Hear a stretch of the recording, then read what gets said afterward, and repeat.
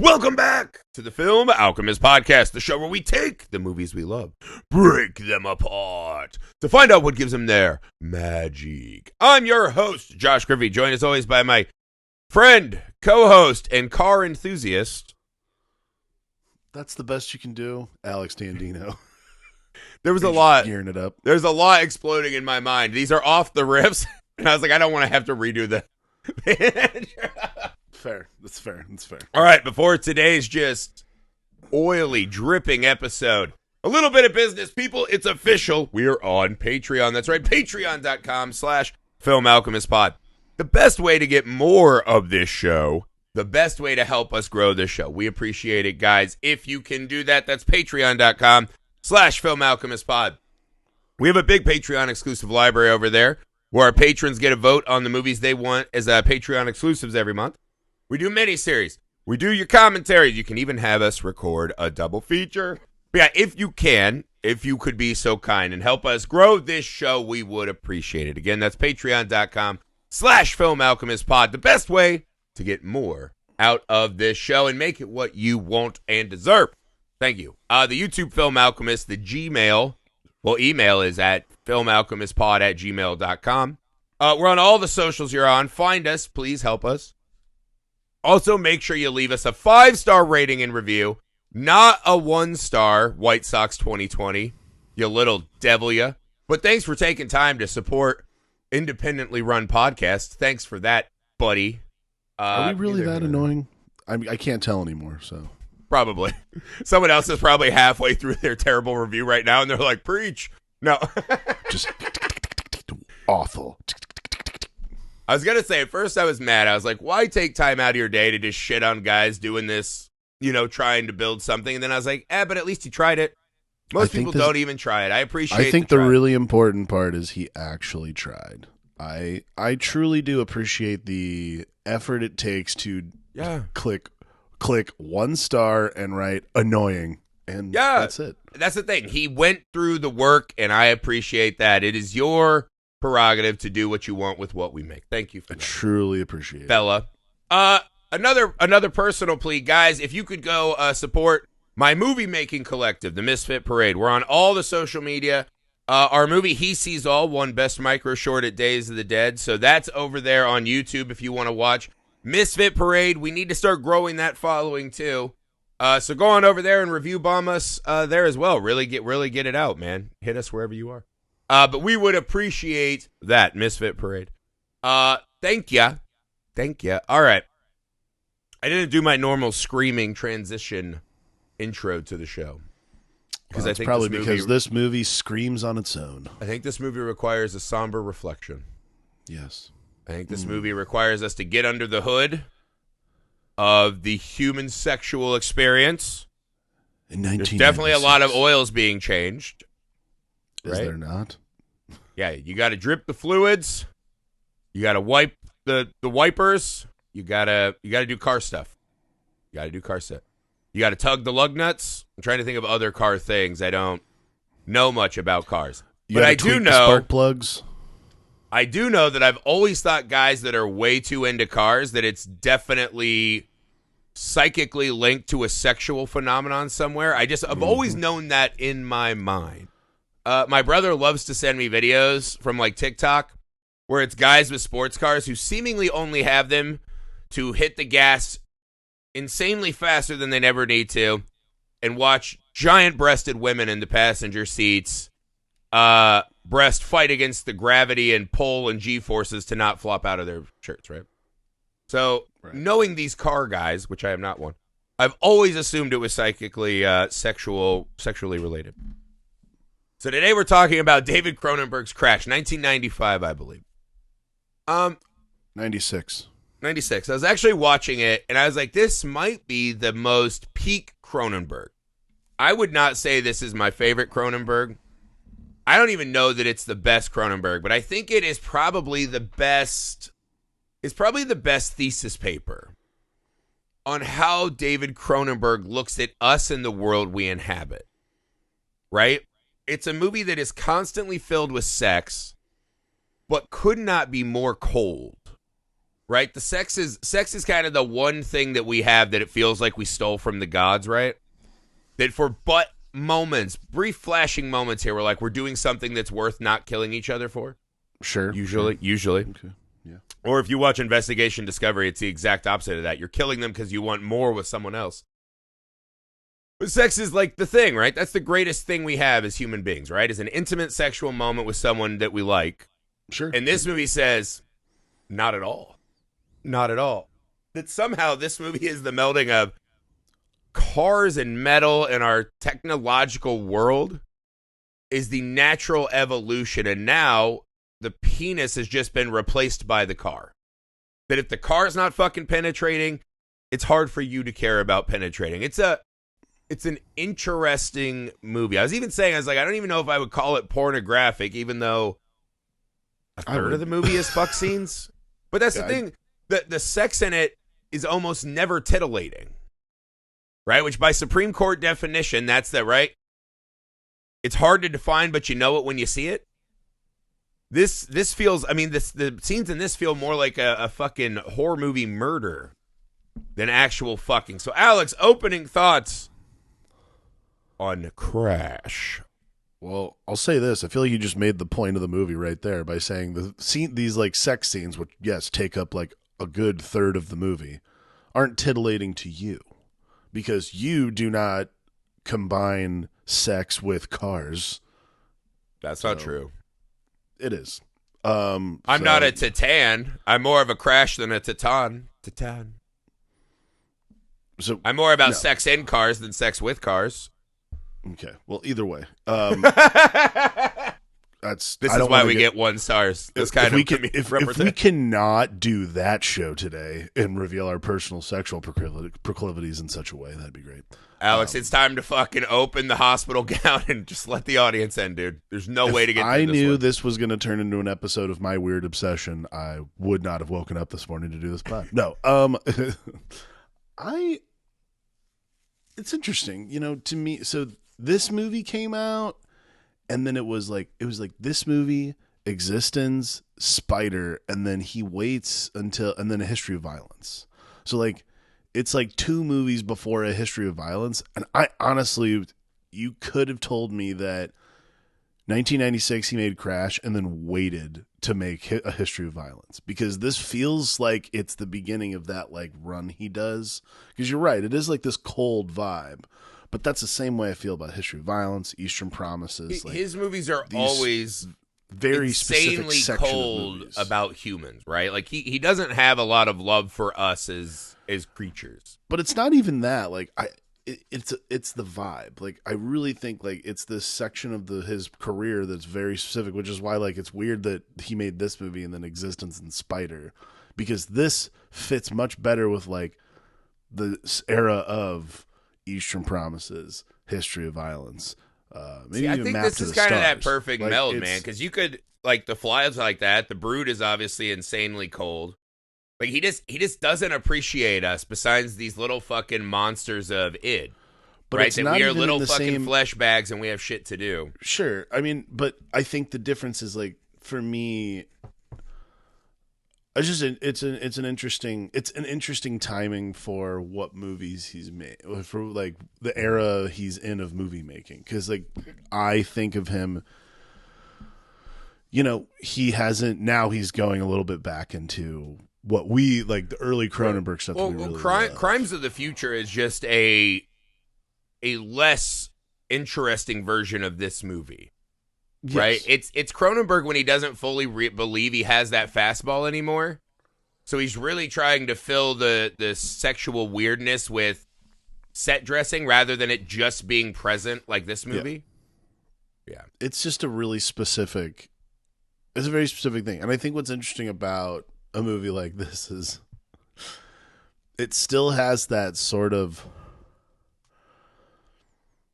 creepy aesthetic that I think that it's not creepy's the wrong word, but there is just this undercurrent of like, what could possibly be going on next that we're going to watch these people do? Because again, I can tell you right now, like I don't think car wrecks are particularly sexy. I also don't think cars are particularly interesting. I have a lot of friends who do, But I think conflating the two is really fascinating. And I never read the book this is based on, but it is like, it's such a strange.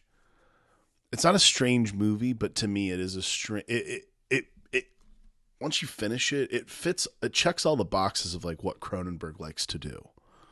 So the fact that he made it is not surprising. I think the fact that he made it and it's this good is there's a harder line, and I think he's the only director who can really do this. Right. Kind of movie. Well, a lot of his movies would do these exact same kind of stories. They would just layer them in this science fiction. Yeah. Right. This one peels all that back and says this is just a kink story. Yeah. Right. We start the movie off with, fucking planes and nipples and cars. Right. And then the very next thing we see is just fucking eating ass in a camera room. And then we see those same two people trying to have sex on a balcony while they talk. I mean, monotone. It's like Decker's fucking voiceover in Blade Runner. Like, oh, are you in? Have you penetrated me? Yes, the camera girl. How was her ass? It was delightful. How was the fucking rotor on the pilot? Yes, he took me places. So the movie and there's this trick the movie does that I love, right? Is they'll constantly juxtapose two different sex scenes. Yeah. Right? Like we'll watch Spader roll around in bed with his wife, and it very much looks like a Renaissance painting almost, right? Like even if it's a beautiful setup, it's framed well, they don't look like they are passionately having sex. Right? And that shot will come directly after him and Holly Hunter just fucking ripping each other's clothes off in the parking lot of the airport as people are walking behind because they were just in a fender bender. Right? So this movie constantly is juxtaposing sex and settings, and there's this, it feels as if there's no great reason or thrill for us to be alive in this movie. Right? Yeah. It's constantly telling us that we're all just floating through this world. And even this guy, he's a fucking Hollywood director. He's just fucking banging hot people whenever he wants. His wife is cool with that. She's also banging whoever he wants. Nothing has made him feel alive until he sees a man die and his wife's titty hanging out in a car crash. And it's a bizarre thesis, right? But I think the coldness, the cold gray nature of this movie, I think that is the fucking thesis. Yeah. I mean, it's interesting to watch a movie where, like, I don't know how to put this other than this way. Like, I've never seen people so uninterested in having passionate sex. Like, oh yeah, clearly there's no passion. They're like going through like they're like Kama Sutra page 85. Even when they're like, I would say that scene, the scene where where Spader's driving around Elias Koteas and the prostitute, and they like fuck in the back seat while he's just driving them around. I was like, boy, these two are just wildly uninterested in penetrating each other. Like, it is like just this weird sort of like, oh, all right, I guess we'll have sex in the car. He's doing his fucking classic Mechanic 72-point inspection of her. Yeah, like, I mean, it's, again, yeah, I mean, it is like going to the Jiffy Lube and be like, got it, cool. It's so... But again, juxtapose that, right? So there's the, hey, let's get a prostitute and drive around. James Spader's kind of watching, but there seems like where he'll peek in the rear view, but it feels like he's more, he's okay in the theater of his mind. Mm-hmm. Imagining them splattering because they're not buckled in, right? Like it's, and then you juxtapose that, right? Probably the only time in the film we see him and his wife passionately making love, right? I don't even know if anyone in this movie makes love, but at least fucking like they're enjoying it, is when they're talking about Elias Koteas' scarred body. Yeah. Right? Because his body's all scarred and burned from these myriad car crashes, right? And so the wife's like, is his erect penis scarred? What does his anus look like? Imagine it. And James Spader starts imagining it, and then he's like, oh yeah, I'm going to give her the old one too. And he actually starts getting into it. Right? And then it's like, did you talk about semen? Did you have his semen? Do you want it? And it's like, this is the weirdest talk dirty to me. Most of us just want to be called like a name, maybe smacked a little, like Jesus Christ. It's bizarre. Such a weird but scene. that movie to me, that movie in microcosm is Crash. That movie is David Cronenberg exposing himself. That this is a man who's made a fucking fortune and a career off of placing before us misery and grotesqueries that he thinks have no fucking value, right? That he thinks everything we do has no value, that we're just these little fucking, we're led by hard-ons, essentially. Yeah. But he says you show an audience this little bit of titillation, right? You show them this Elias Koteas and the prostitute in the back, and now they feel like they're alive. They feel like they're... So I feel like it is this really self-reflective film from him a lot of times. And I feel like what he's asking us is, are you okay with the fact that you're part of the people in that house watching crash test dummy footage? Right. He's like, you might hide it better than these people, but you are them, right? Except we're just like getting hot and bothered to the brood, right? But I don't know. It's strangely self-reflective in this, I feel like. I mean, it's one of those stories that really, I mean, this is kind of strange. This is the first time we've watched a movie like this, and I'm like, I'd be very interested in actually reading the book. I also know that, like, I've there's other J.G. Ballard books out there that are very fascinating, and I'd be interested in reading this book, not because it's not even for accuracy. It's more just what was he trying to get at? Because, like, this is a movie where you're like, a little bit of inner dialogue could make or break it, though. Yeah. Right? Because they kind of do this thing where they're all doing like an old hypnotist routine, right? Where they're just saying things out loud as if to fucking guide the other person where they want instead of them actually seeing each other. See, I wonder if that inner dialogue would fucking break the illusion. Maybe. Because, I mean, like, there's scenes in this movie where and I think Spader has a real talent for this. This is just like, sort of like 100-yard stare in a lot of movies, and it's because he's just got this vibe. But his 100-yard stare throughout this movie is just like, fucking, Elias Koteas is banging his wife in a car wash in the back seat, and he's just like, yes. Yeah, that's a thing that's happening. His great power was he always just looked like a dick who would tell you he's better than you. Yeah. So, like, you can put him in a movie like Crash, and you're like, yep, that tracks. That's what I always thought about him. The moment I saw his dumb face, that's what I always thought. Yeah, I mean, he's fucking awesome. And again, this is a movie that requires absolute 100% buy-in from the cast. And everyone is so fucking committed to this piece that I would love to have known Cronenberg's pitch to them, right? Because even though a lot of it's like, you're going to be naked, you're going to be doing these sex scenes, but not flattering sex scenes, no, right? Like, people will now attach in their minds to you crash sex, right? Which might work for a very small segment of the population. Like, I'm sure Jay Leno fucking loves this movie, right? Him and Seinfeld just fucking glaze each other watching this movie. But for most people, I mean, this is like a real true commitment thing. So I would love to know how he sold this story to them. And my guess is that he's like, this is my story. This is the David Cronenberg story. Interesting. I've always thought that. I think this is him. I think this is him telling, right? In the way that Close Encounters is Spielberg's kind of propagandized fucking cereal box version. This is where Cronenberg's like, this is me. This is absolutely me. This man driving around looking for these fucking oddities to fucking titillate you. I got to be honest with you. I can't. That a can't director be in the lulls between projects, and all of a sudden he finds a new fucking bizarre subculture he can sneak into and get that. To me is not the pitch, because I'm not sure I've ever watched a Cronenberg movie and not felt that this is him. Like, David Cronenberg is a very specific director. Right. And I've never watched a Cronenberg movie and thought that he's not trying to tell us something about himself through whatever movie he's making. So, right, but I don't think any of them, because they all have that fucking veneer. You can laugh at, or you can be awed by the Brundlefly and not take that in more to that more personal level. This one has no fucking facade.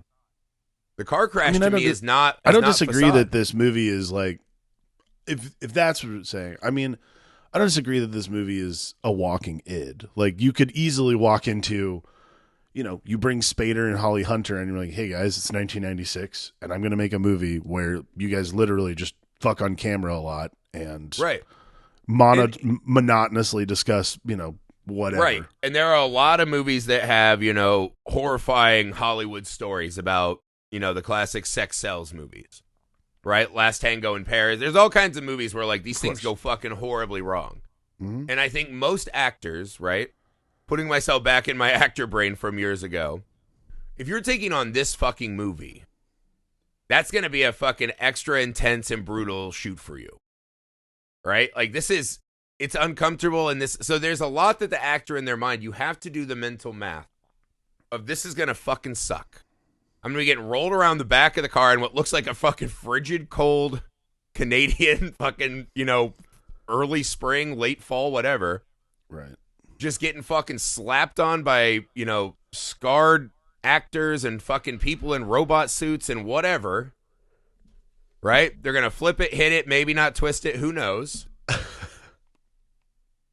What am I getting out of this besides being in a David Cronenberg movie? And none of these actors needed a Cronenberg movie. They were all already established actors. So why would you take such an aggressive project that's going to leave that taste in audience's mouth with you? Probably a small audience. I'm sure that's part of the calculation. But to me, it's because you fully trust Cronenberg. And I bet his sell was, I'm also going to be as exposed as you are. I mean, it's not unlikely. If I had a time machine, I wouldn't save anyone. That's what I want to know now. That's my new... I feel like I'm onto something. I got the sniff. It's just such a fascinating thing when you watch a movie like this, because there is a level of... I think this is what makes people uncomfortable about movies sometimes, is the level of truth you have to like sort of admit to yourself. Mm-hmm. Is that you have to watch a movie like this and say, is this each scene that this stuff's happening, like, is this hot? You're like sitting there watching, you're like, am I turned on? What's That's going the thing. on? As the movie goes on, more and more. Like, right? You're we get dragged into it. It's okay too. Like, but it is one of those things, like, it's a dangerous thing to make a movie that explores this, and then also you're quietly coming to grips with the fact that you are going along the ride and you're like, oh, I feel so uncomfortable with myself now. Like, it's such a strange thing. Do I hate normal banging my wife? Do I need to get a golf cart and start wrecking it around? What's happening? You're just sitting there like, oh, am I weird? These people are, because you start the movie. This is like a really fascinating thing about this movie. I love that this is what it does to the audience. Is you start the movie, you're like, these people are fucking weird, man. I am not this kind of guy. And by the end, you're like, okay, I can see how that could be interesting. Okay, follow me for a second, but this operates the exact same way as the Frasier sitcom, right? Which is my dad, a factory working, like no nonsense, like Ron Swanson, but like mean. Yeah. Was kind of my dad when he was younger, right? He fucking loved Frasier. Right. And I don't know if it was just he watched Cheers and so that, but if you watch Frasier now, that show is not built for people like my dad. Right. Until you get older and you realize the joke is that immediately you see this man and his life, and the average factory worker is going to be like, fuck that guy, he's got it all. And then the show proceeds to just take the piss out of him and treat him like a piñata. Right. So it's a show that's telling my dad, the factory worker, hey, that fucking guy on the radio, that effete snob that you only see in sound bites that make him look good, that guy fucking sucks. And if nothing else, you could fucking knock his lights out, right? And so my dad watched it as this catharsis of hating the rich. And the start of this movie, it's like, who wouldn't want to have their wife look like that? Whose wife wouldn't want their husband to look like that? Who wouldn't want to have sex all the time everywhere we are in our cool fucking trendy modern apartment? And so you're set up immediately to be fucking... I don't know if jealous is the word, but I think more, I don't get jealous as much as I get immediately defensive You're like, fuck those people. Fuck them. And then the movie proceeds to fucking take apart their life beat by beat. To where by the end, you're almost like, God, can she just get a nut? Like, I feel terrible for this woman. Like, can she just, like, have a fucking mimosa day and, like, you know, enjoy herself at all? Because that's the weird thing. Even because she's not technically a part of the kink society, or at least she shouldn't have been, right? She's brought in the exact same. Her first scene in the back of the car exactly mimics the prostitute scene. Yeah. Spader's driving, Koteas is doing whatever. There's no like, oh, this is my wife. Hey, man, can you be cool? Not even for a second. She's brought in, not to mention fucking brutalized while her husband is watching and driving. And then husband's like, hey, can I get seconds where I just like kiss your bruises? And it's like, that scene is fucking startling. But that's the thing, right? Is she is this woman who is not allowed to be a part of his thing. Even though he's found it, they go through the motions, but she's not really one of them. Right. But yeah, I feel so bad for this fucking lady, right? But that's the thing, is that they start off as that couple that were jealous and or hate. And by the end, you feel so fucking miserable for this poor woman. I think Spader kind of, through his actions, loses any sympathy you would have for him. Yeah. And so she has to become that vessel storytelling-wise. We have to feel bad for someone, right? That we are all just the fucking, you know, dried nut stain on the fucking blanket of modern life.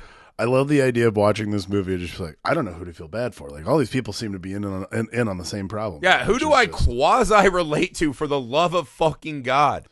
But I think that's what's so fascinating about going deeper into this movie is you are sitting there, you're like, oh my God, I actually have to relate to one of these people who's like just like psycho, like so psychosexually messed up that car crashes. Like, I think we relate to Spader's like lifting Pandora's box, right? That's a classic tale, and we'd all do it. It's the don't press the red button. 1,000% we're pressing the red button. Right. She is the victim of what's left over. She is the one who suffers every price for the rest of the fucking movie.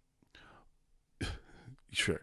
I think one of the most shocking scenes to me, and this was the thing, and actually I was like, oh, we are doing like this is like the most Cronenberg-y thing about it, is because it also is like almost an exact set piece, was when he and Rosanna Arquette go look at that car, and then they fuck in the car later, and he takes off that leg brace, and she has the Videodrome vagina on the back of her leg. She's got the leg gina, Yeah, she got the leg gina on the back.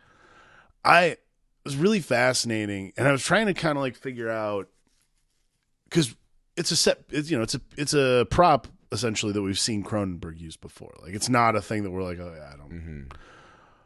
But instead of a tape or anything like that coming out of it, or anything of the sort, like the way Videodrome was, instead it is just like this holy observance, and he like Spader's reaction's just this. He starts kissing this thing passionately, and it's this really strange thing because it's fetishizing Cronenberg injury, not cars, but to the point. It is fetishizing Cronenberg in a way. It's almost this like would be evidence exhibit A of my fucking case, is that scene doesn't fit in this movie, right? They're going to buy a car, and she's using her bodily trauma, right? And we watch this fucking normal square, who's us, right? Get all fucking hot and bothered under the collar, trying to get this woman in the car of a normal body, an able body, right? And that's what she says. She's like, I want to see how a normal person would sit in this car. And so that abled body versus differently abled body, and watching this guy see something different and unique and be titillated by it. And then we go park that fucking car with no fucking car crash, not even a fender bender, not a fucking screech of the brakes, nothing. They go just park that car, and Spader is somehow aroused enough to have sex like he has been with Only the car crashes. Only when there is physical carnage and trauma in the modern world can he fucking get nut. Why is this enough? Right? And because her body has become a car crash. Right? And so we look at this, you know, maimed scar, right? This kind of vaginal scar. And again, I think that's Cronenberg showing to us, this is what you wanted, right? This is what you came here for. Now, see, this is something I was thinking about. Is this the scene, though, where Cronenberg actually says, instead of it being like Cronenberging himself, you know, where he's like just nutting all over his own project, is what he's saying actually saying, what he's doing actually saying, I know what you came here to see. Yeah. Which is my aesthetic. This is the thing that you like to know about. This is the thing you like about my movies. Is like you like watching bodies that have suffered what I put them through. You like watching this. You like the body horror that I do. That's fine. Mm-hmm. So here it is, and here's you, just fucking. Here, the audience is James Spader just getting ready to blow all over this leg gina.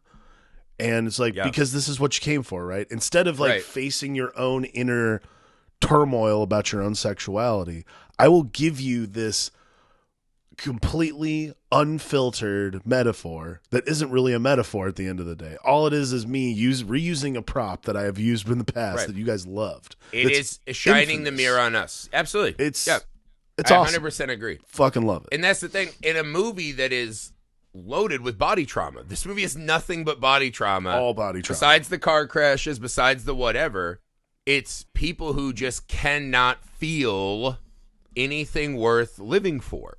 That, to me, is the ultimate body trauma. Is imagine a body where you're literally just fucking fighting back vaginas with a stick. From my own personal experience. I don't know if you're into dicks or whatever. Whatever you want in or out of you all the time, right? Most of us spend a life trying to figure out how to get more of that, right? Imagine that now you're drowning in it, right? You're the man who wanted to swim in a pool of Jell-O, and you fucking got your wish, right? Right. And all of a sudden you're like, oh, shit, this doesn't make me feel better at all. To the point where now the thing that you were obsessed with offers you no value, relief. Right. Even release on the thing on that you found. I think this is the thing I also like. This is the thing I like about the back half of the movie. Like the last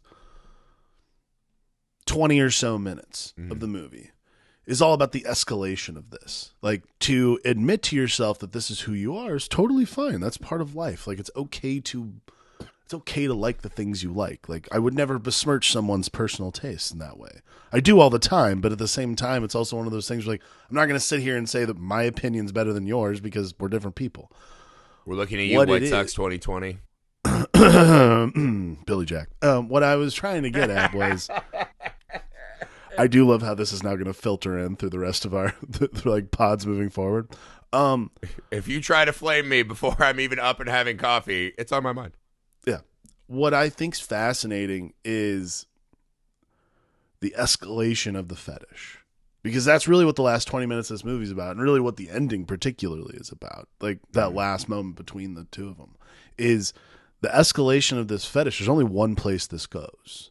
Because the only way this ends, the true nut, is exactly what Spader says. Like, he doesn't say it, but... Well, we'll get to the ending, because actually, that's a point I really want to dig in on. Right, but the escalation from, like, the leg gina to the tattoo artist, like, there's just... The ramp-up is so fascinating, because, it's a ramp-up for sure in terms of, like, movie structure, but it's still so fucking cold and, like, just nothing there. It's just, it's your hand against a blank slate. It's fascinating. I think it's always been the thing that some people can't bridge with Cronenberg is that cold, absolutely having zero love or affection for humans. He only looks at us in so much as that we are part of a sideshow that he can tell stories about. And I think for some people, that's a hard bridge, to walk across. That has never bothered me, right? As long as the squeeze is interesting, I can do that. But there are a couple scenes, right, that I want to talk about still. So let's talk about the recreation of celebrity car crashes. Sure. One, it's bizarre that it has to be celebrities, right? I think that's their permission structure to bring in normals, right? Right. But it's a fucking weird and bizarre moment in the movie that then is busted up by the cops. So essentially, Elias Koteas' character. There's something really West Side Story about it too. Like when the cops show up, everyone's like, scatter, scatter. It's a bizarre moment, and again, it's a moment that crimes of the modern times or whatnot just apes immediately. Like this is the surgery scene all over again. Watch Vigo get surgerized. Watch Elias Koteas crash cars. The idea of it, right? The photos and the looking at photos, and we have to recreate these famous people's deaths.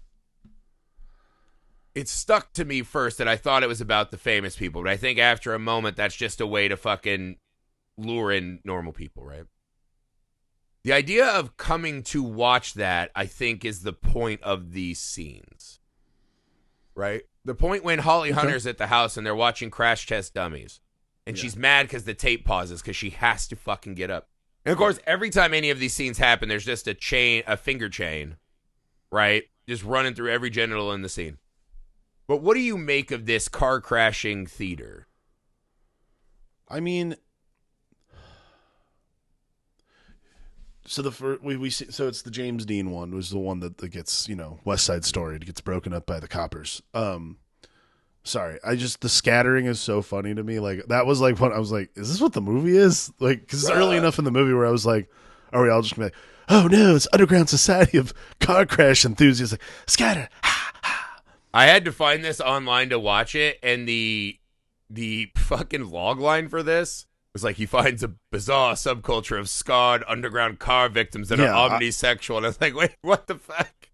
I remember reading, like the scarred thing. I was like, weird. All right. But either way. I would have just write Cronenberg pornography with car crashes. I bet that would have sold immediately to most people. But I mean, so this is, for me, celebrity car crashes, like in the context of this movie, not for me personally. It is like the ultimate, it's the ultimate hero. Like, celebrity deaths, suspicious celebrities, tragic ones, are all these sort of concocted hero worship stories. Like James Dean's particular. James Dean drove like a fucking idiot. Like he was he had to wear glasses like all the rest of us do.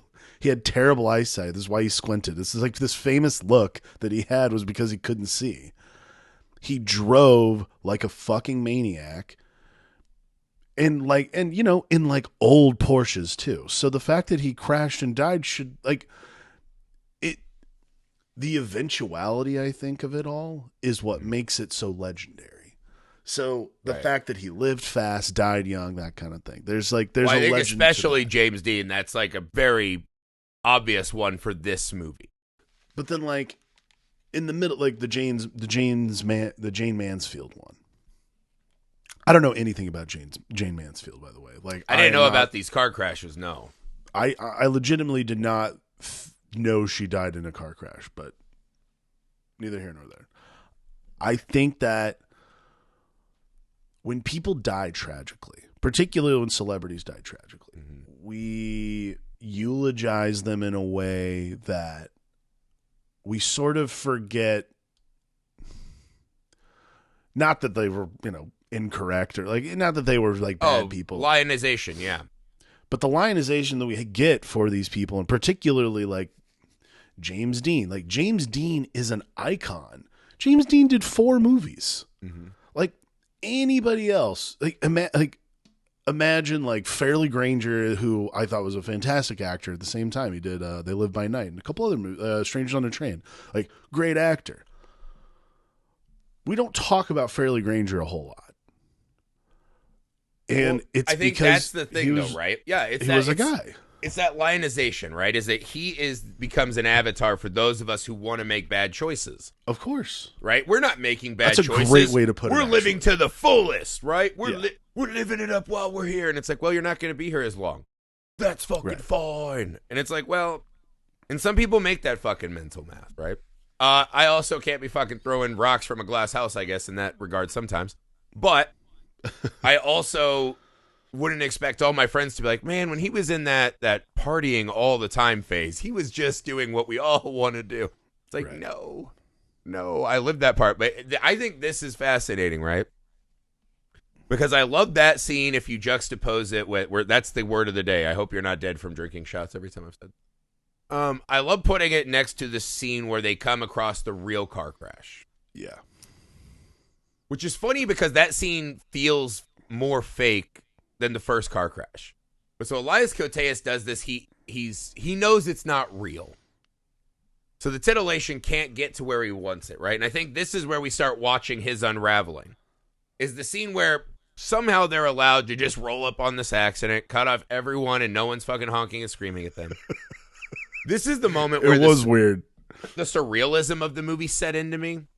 Yeah. Right? And I don't think Cronenberg's one of those like cop-out artists that's like Spader died in that crash and this is his fantasy. Right, I don't believe that. But like the weird, they're fucking in the hotel parking or the airport parking lot and like no one stops. Mm-hmm. No one looks. We see like multiple people walk past it and no one's like, oh, that's cool. It's peculiar. You wouldn't stop. Neither here nor there. But when he sees the real thing, and Elias Koteas even gets out, he's walking around the crime scene. No one reacts to him as if he's a human being. No one interacts with him at all. He's walking around getting pictures. He's posing the wife there, right? Close enough that they got blood splattered on their car, right? Yeah. And so they're able to move with impunity through this fucking horrific car crash. So a real unreality sets into this moment, this kind of like fucking foggy, dreamlike scene. Yeah.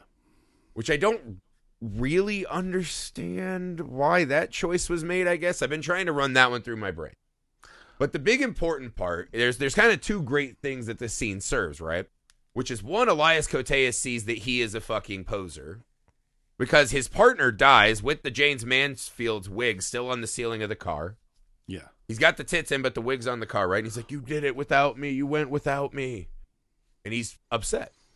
Yeah. And the other thing is him watching, like running around taking the photos, and he drags the wife into it.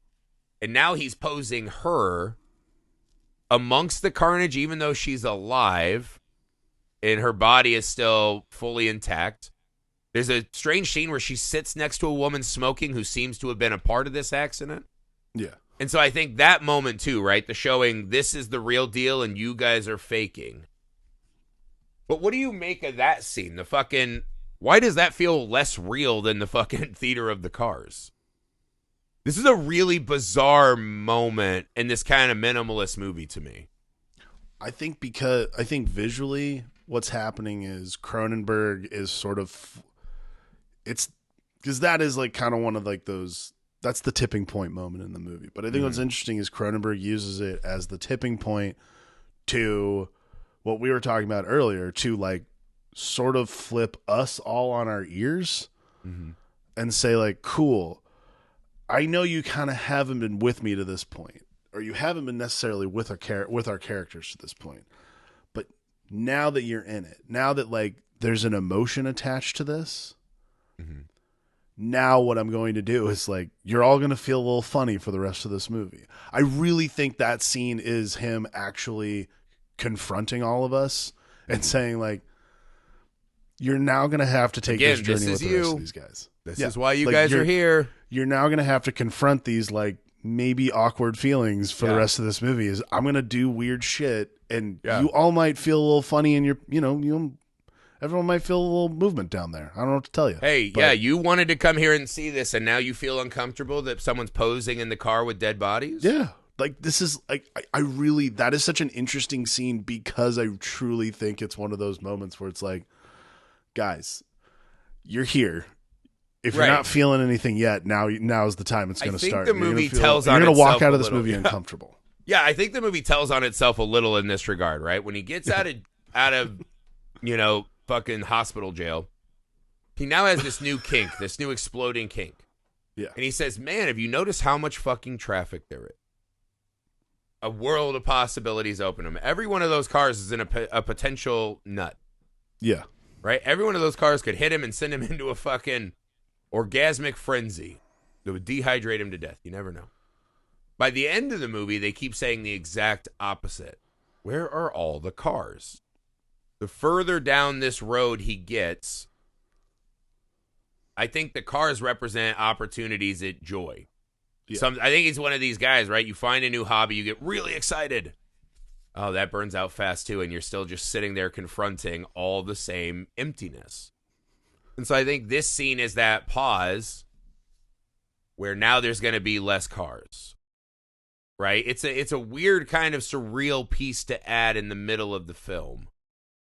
But it also inherently sets us up for the last shot, which, again, James Spader just fucking parks in the middle of a fucking exit ramp. No one cares. No one stops. But, yeah, so now it's this, there's way less cars for him and Elias Koteas. Yeah. Who now is just trying to run them over in real life. He just fucking wrecks his car trying to kill them on the freeway for no reason. Other than now his partner in crime has been killed and he's got... That's all. But they already had sexual gratification.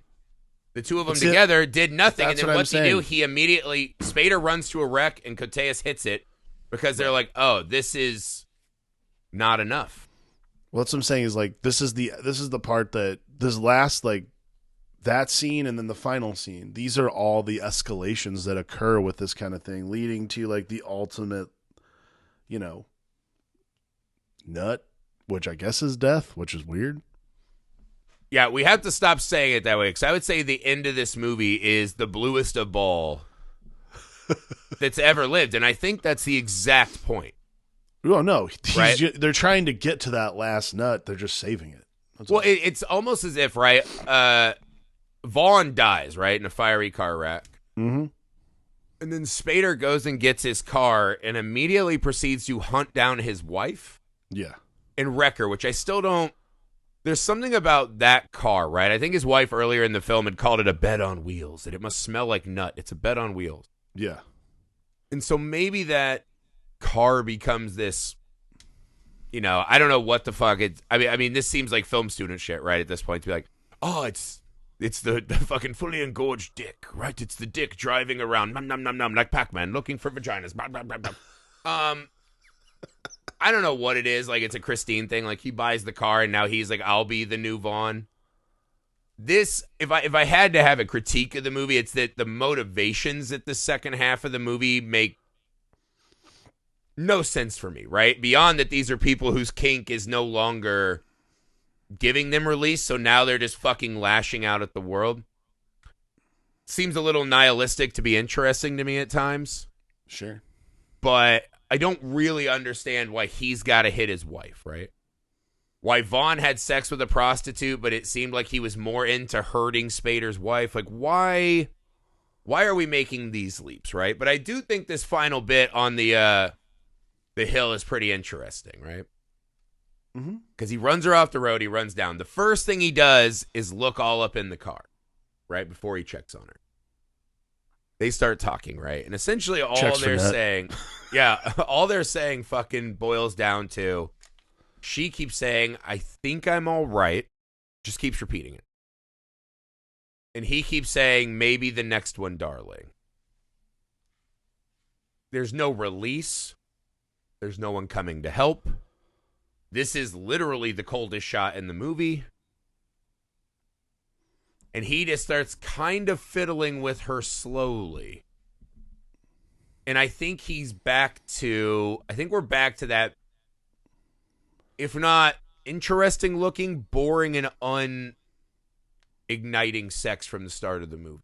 I mean, isn't that kind of fascinating though, that like we've gone through this whole mashup, like, forgive the wording, but mashup of this psychosexual fetish, and now the fetish is not enough.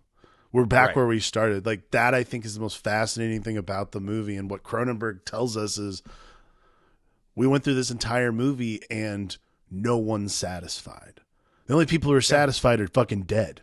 Well, they're not satisfied, they're just out, right? Their misery has come to an end. But that's the idea, is like the achievement was death, because that's why you fetishize these famous people who die. I'm with that. So the ultimate, the last, your last nut is the death. Well, yeah, we see at the end Holly Hunter and The other lady, they're just wrestling in the back of a car in a junkyard. Yeah. Cops are kind of sniffing around. I was like, are they going to get busted? All right, doesn't matter. And yeah, they're just back to this fucking uninspired sex. He's like, I did the thing that Vaughn did, and it's not working. Right. And so I think when he says maybe the next one, darling, is maybe she'll find the next kink, the next high, the next thing. And maybe he'll be fucking running her down, trying to keep up with her thing. I think I like that better than the other hypotheses I've read about the ending of this movie, which is that some people, like, the other read on that is that people think maybe he's referencing death. Like, the next time we'll just fucking kill each other, essentially. But yeah, I like what you said better, because that makes more sense, right, to the point of the character. Her line to me is what would send someone down that rabbit hole, right? I'm all right, and she's fucking not all right. She's clearly not okay. Definitely has internal injuries, for sure. And so, but I think it's a misery. I think it's there is no escape. So for me, I don't think it's death. I think it's her saying I'm all right is trying to keep engaging in the kink in a weird way. Sure. And him saying maybe the next one will work for us. That's how I've always read it, at least. I like think that what better. This movie I like is that telling better than us, the other one. Yeah, death is the ultimate release. All this shit that we worry about, everything we make art about, everything we cry about at night, none of that matters when our time comes. The lights go out, and if we're lucky, our energy's reincarnated somewhere. That's it. Nothing else is coming. We don't go live in a fucking busy car crashed freeway in the sky, right? We're done. And so I think this is a movie, if it has one thing it wants us to take away, is that there is no escape from what plagues humanity, right? And Cronenberg's not going to save us, and himself and his movies aren't going to save us. There is no fucking release at the end of the day. And even these small false releases are going to all leave us laying on the side of that hill. I mean, yeah. It's a very film student thing to assume every fucking metaphor is about death. I think so, too. I'm guilty of that, too. But. No, I mean, like, it happens to all of us. I do prefer, though, the interpretation that, yeah, it's just the next thing is the next thing. Because that is what human nature is. Not that, like, there's the concept that we're all basically just hurtling towards our own death on purpose. I get it. I prefer, though, that that makes it seem like an exciting death. These people particularly, though, are looking for the next, I prefer that. Well, there's a great scene. This is what I'll make my final argument for that, right? There's a great scene in the middle when Spader and Koteas are driving around. Right. They're driving without breaking the law, it seems. They're maybe going a little fast. A garbage truck pulls right out in front of them. Yeah. And he hits the brakes and turns to dodge it. Why on earth do that if your kink is just to die in a fiery car crash? Take that fucking thing head on and fucking die in your convertible with no seatbelts. Do you think it's like the equivalent of, you're watching porn and you're jerking it, and then it cuts away to the thing you didn't want to see, and that's when you nut? Oh man, someone texts you and you're like, "No, God, no, no." Maybe no. I think what it is I think the movie's reminding us that death and carnage is not the point, right? The selective searching for the kink moment, where they're in control, mind you. Right. So I think in that moment the movie reveals itself. If they wanted to just be fucking in car crashes for bodily carnage and jerking off or whatever, they could have fucking slammed into that garbage truck. And it's a really small moment in the movie, but that one to me is like, oh, that's the trick right there. Yeah. Right? Is that Elias Koteas is a fucking poser. He is a guy pretending that this is his fantasy, because it's not a recreation of a famous crash. He doesn't want to be in a generic crash. And so at the end, I think it's him pushing it as hard as he can, grappling with the fact that he's full of shit, and he finds out. Nature comes for him. Fair enough. Which I would imagine is not the release he wanted. So that to me, I think the movie's telling us specifically the intent is not a search for death. I think it's much sadder. I think it's our entire lives, right? We all either want it to be a fucking epic tale or it to be over. But most of the time our alarm just goes off early. We wake up not feeling great, but well, we got to get shit done today, and we just plod through. We buy groceries. We walk our dogs. We lay our head on the pillow and we say maybe tomorrow. Maybe the next one. That's what I think this movie's reminding us all of. Which is fucking sad as fuck. But how many people go to bed every night and say, maybe tomorrow will be the day that I start my story? Everyone? Many. Yeah, most. 99.9%. If you're lucky enough to be in a country where you can worry about things like that instead of, surviving. Yes. But yeah, I think the point is a specifically anti-death message. But final thoughts on this movie, man. It's just an oddity that only a master like Cronenberg could kind of deliver us through, where it doesn't feel cheap. It doesn't feel pornographic, even though it definitely has fucking a lot. It feels like we're still in an artistic bargain with him. Even though. And I think there's a sad fucking self-portrait in there. I don't know. I find this movie really fascinating. It's not one that someone would be like, hey, man, let's smash some beers and drink Crash. I'd be like, oh, woof. Not a movie I'd want to fucking hang out with all the time. Right. Because most days I don't want to fucking confront my nutless mortality. But I think it's a fucking powerful piece of work, man. I do love this movie. Yeah. I really appreciated that. It just really shows. This is why I wanted the Oscar. It shows a great deal of Sorry, I had to do one wrong Crash joke, and that was the one. No, I do. It's a fascinating thing that only Cronenberg can do, to like sort of really not just hold a mirror up to his audience, but like shove it down their throat and be like, from the inside, you will be watching yourselves. Yeah, and to himself, man. He gets everyone. I think it's his. Again, that's why I say it's peak Cronenberg. Yeah, I think it's the peak of what he was always trying to say, stripped down of the fucking science fiction facade, stripped down of the body horror, but he actually became so good at body horror, he just used our bodies.